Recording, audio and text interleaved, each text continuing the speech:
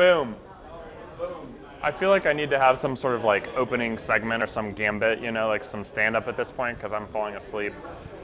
But, Ian, introduce yourself real quick to the camera and let them know who you're with. I'm really excited to talk to you.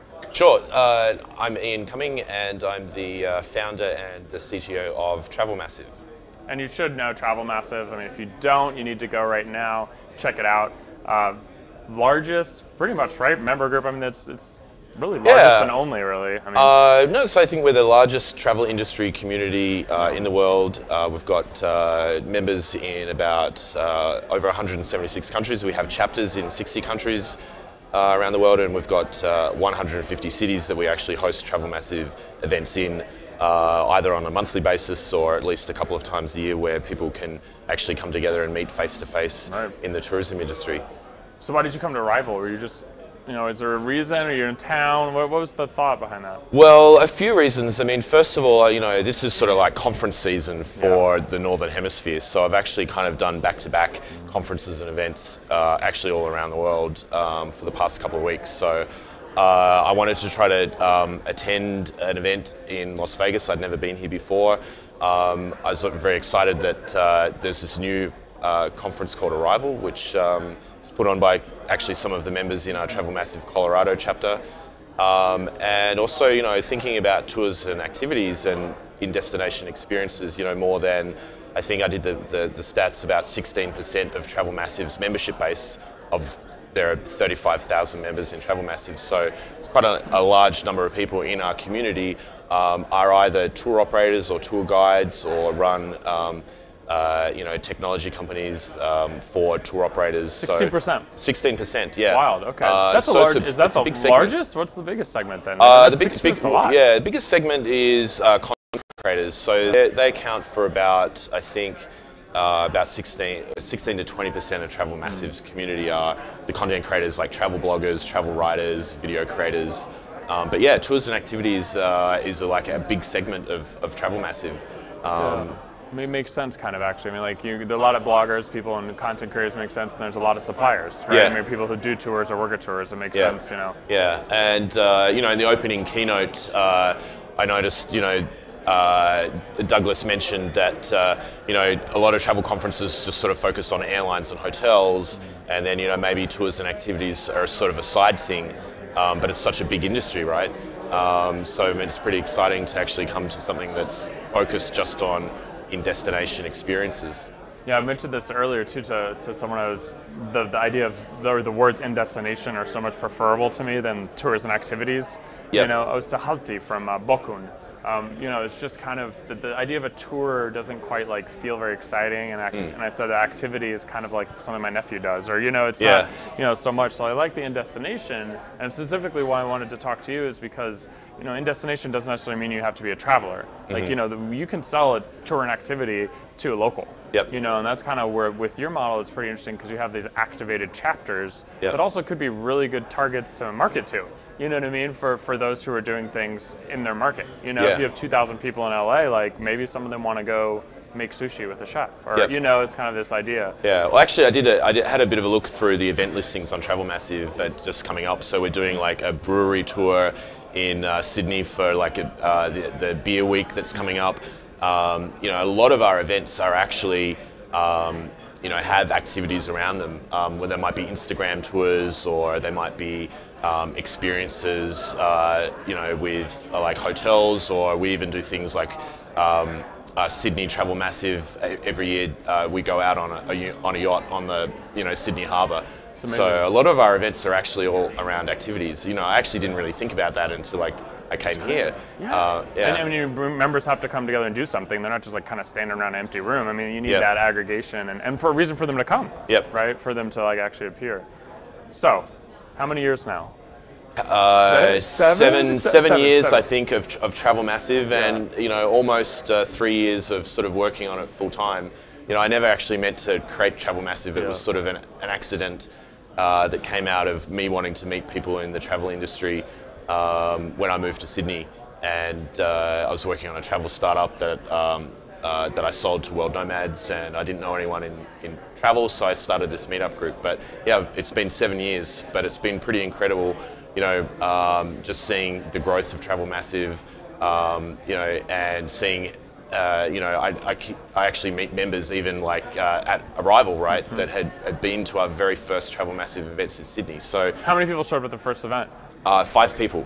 5 people. 5 people. See, so that gives everyone hope. If you have a first event, 500 people here, but 5 people, you can still do something. Of course, right? yeah. You just got to have, I guess, the trick is to get them to turn up, next month, and also bring a friend. So, did you feel like bad about the 5 people, or you were just? No, I was. What made you keep going? Like, what was the? No, we just had It was I think the first meetup was on the rooftop of the YHA in Sydney, because that was where I was living, so it was sort of pretty convenient for me. We just went up onto the rooftop and bought a 6-pack of beer, and we actually announced it on Twitter. So it was just people who had found the event on Twitter.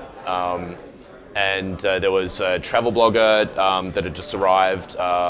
There was also someone that was working for a hotel booking engine. There was myself, a startup company, a couple of other people.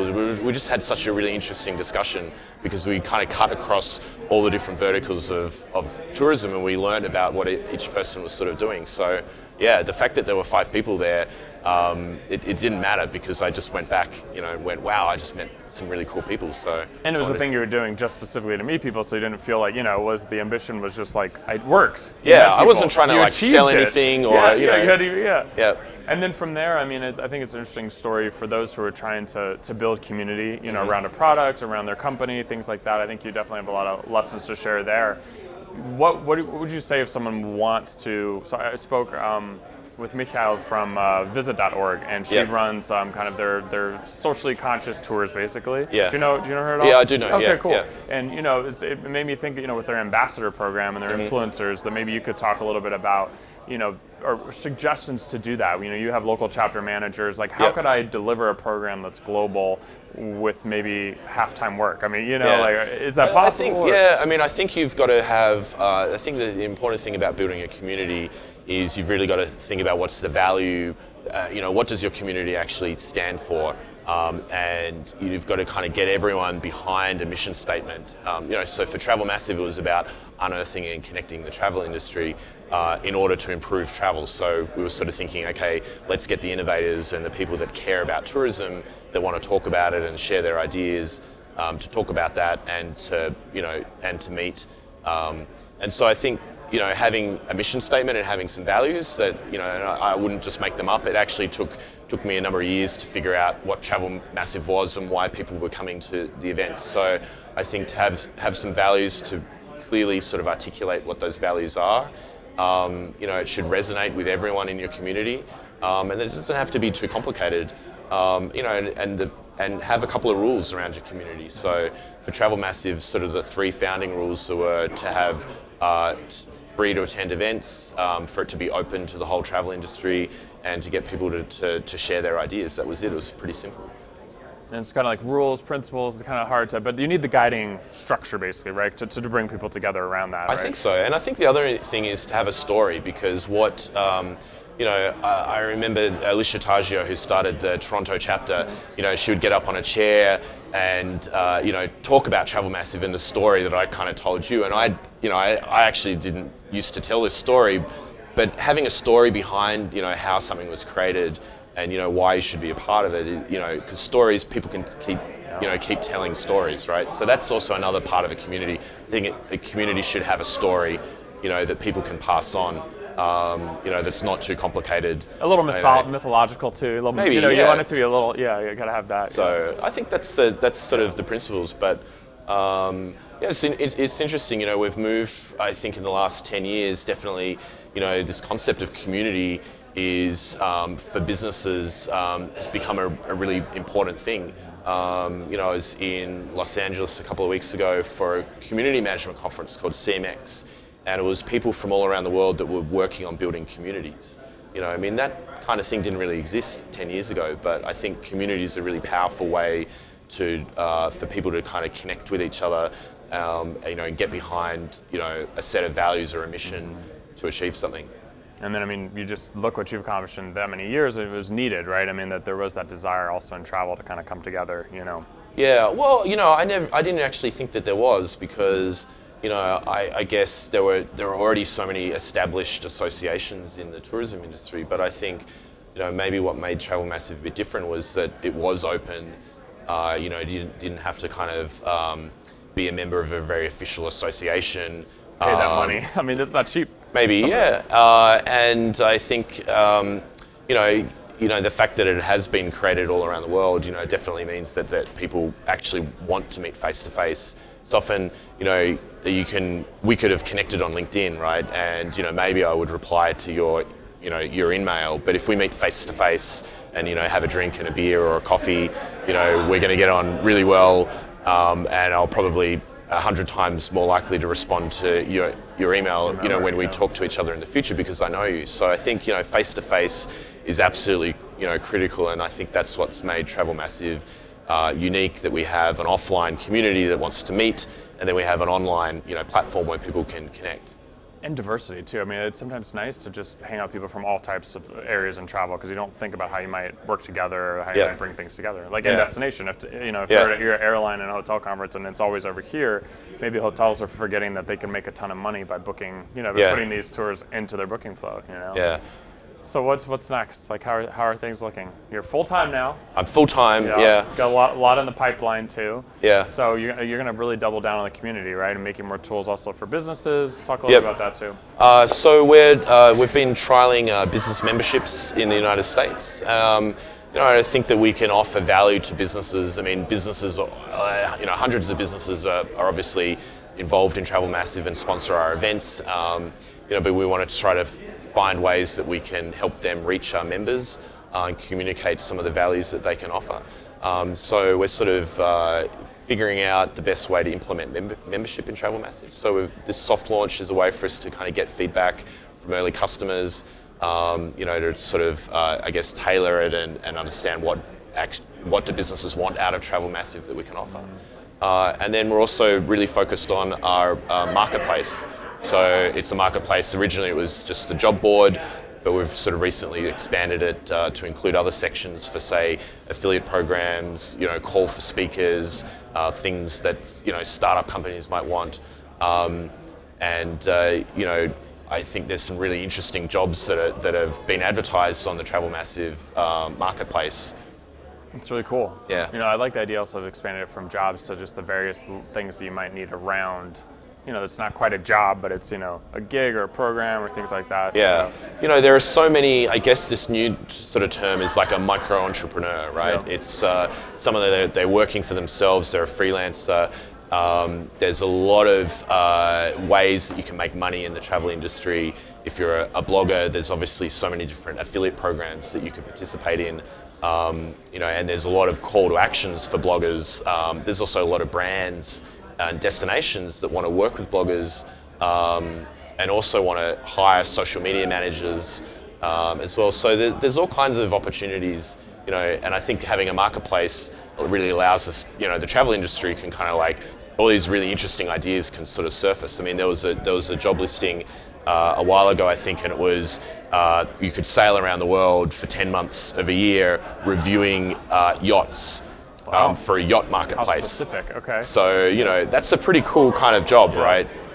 So, yeah, I'm seeing all kinds of really interesting opportunities sort of surface from our marketplace. So that's definitely something that we're focusing on, you know, this year into 2018. A lot of cool stories. That sounds like a good story on its own. Like, who's this yacht person going to be? You know, things like that.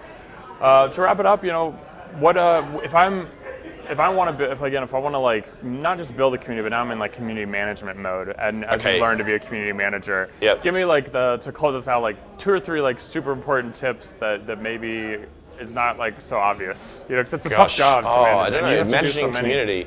Well, I think that, you know, the important thing is, you know, I'm like a little tiny part of Travel Massive. You know, I mean, yeah, I accidentally kind of created it, but I always feel like I'm a part of it, and I think, you know, being equal with your community managers and the people that are also leaders in your community, I think obviously to have respect for them and what they do is really important. You know, we have more than 200 really incredible chapter leaders that are part of Travel Massive that believe in what we're doing and have helped build the community and create what it is. So, you know, I'm really lucky when I get to meet with people that are chapter leaders, and to find out, you know, why they're a part of Travel Massive, and also how I can help them. So I think, you know, I guess to wrap it up, you know, if you're managing a community, I think it's about, you know, being equals. It's not, you know, you're kind of like bossing them around, telling them what to do. And also finding out, you know, how to motivate, you know, people, because people are motivated in many different ways, and understanding, you know, why people are actually want to be a part of your community and lead it, and understand how you can help them, you know, because you can then make them more successful with what they're doing. It's like respect and autonomy. It's like the two things we all kind of want, you know? Yeah. It's like, just respect me and let me do what I do, kind of. There's a lot of things. All right, cool. That's very interesting. Thank you so much. I really appreciate taking the time. Thank you. Yeah, absolutely. Thanks, Nick. Great to be a part of it. Cheers. I hope to see you again soon, as in tonight for drinks. As in, looking forward to it. Where are my cocktails? Sky, where are my cocktails? Are you ready? I thought we were going to wait till the end of the day. Is it not the end of the day yet? I'm still sitting in this chair. Like, how many coffees have you had? No, I didn't get coffee either.